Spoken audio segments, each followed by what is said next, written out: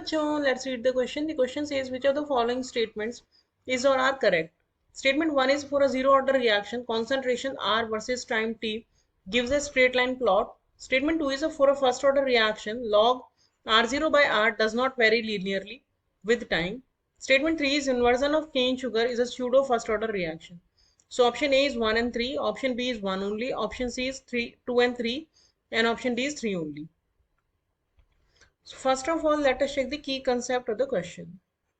The key concept of this question is that zero order reaction means rate of the reaction does not depend on the concentration of the reactant. So for zero order reaction, the rate is independent of the concentration of reactant.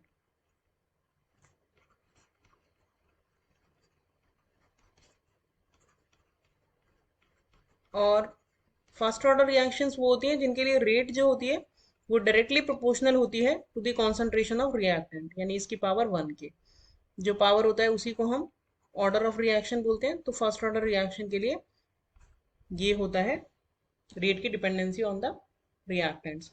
और pseudo first order reactions क्या होती हैं? Pseudo first order reactions वो reactions होती हैं जिनमें हम reactants तो मोर देन वन लेते हैं। सपोज हमने दो रिएक्टेंट्स लिए हैं A प्लस बी, और बी की कॉन्सेंट्रेशन हमने एक्सेस में ले ली है, इतनी एक्सेस में ले ली है कि इसकी जो कॉन्सेंट्रेशन है बी की वो during the reaction minutely change हो रही है, बहुत ही कम चेंज हो रहा है इसकी कॉन्सेंट्रेशन में, इसीलिए जो रेट है वो ओनली ए पे डिपेंड करेगी।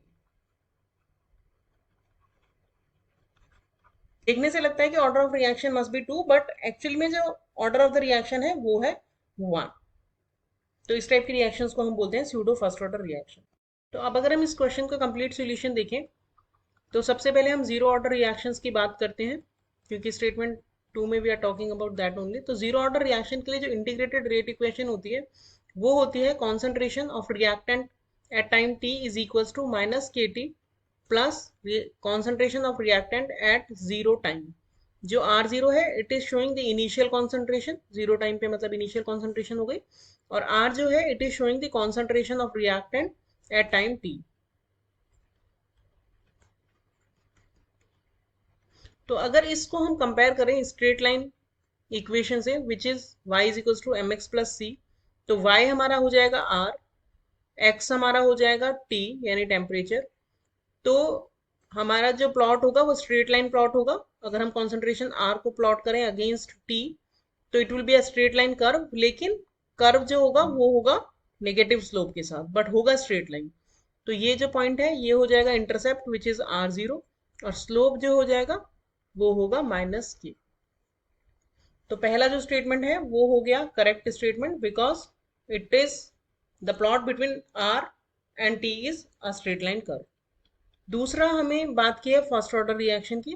तो फर्स्ट ऑर्डर रिएक्शन के लिए अगर हम इंटीग्रेटेड रेट लॉ देखें तो फर्स्ट ऑर्डर रिएक्शन के लिए होता है k is equals to 2.303 by 2t log initial concentration of reactant by reactant concentration at time t। तो log R0 बाय R जो है ये हो जाएगा KT बाय 2.303। तो अगर इसको हम t के साथ प्लॉट करें तो ये भी एक स्ट्रेट लाइन आएगी, और स्ट्रेट लाइन में कोई इंटरसेप्ट नहीं होगा क्योंकि c इसमें 0 है, तो इंटरसेप्ट कोई नहीं होगा, ओरिजिन से स्टार्ट होगी ये।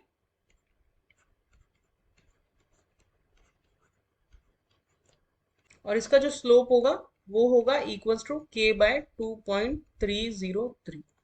तो that means this term is linearly changing with time. तो जो सेकेंड स्टेटमेंट जो हमारा हो गया वो हो गया इनकरेक्ट।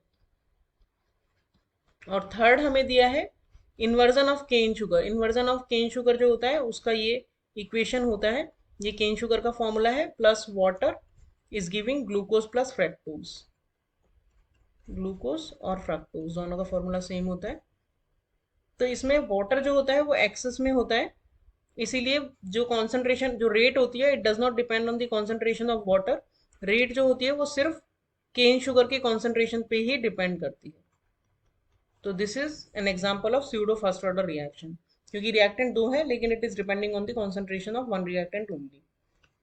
तो हमारा करेक्ट स्टेटमेंट हो गया स्टेटमेंट 1 एंड स्टेटमेंट 3, और 2 हो गया रॉन्ग तो इस हिसाब से हमारा करेक्ट आंसर हो गया option A. Hope you understood the solution well, thank you.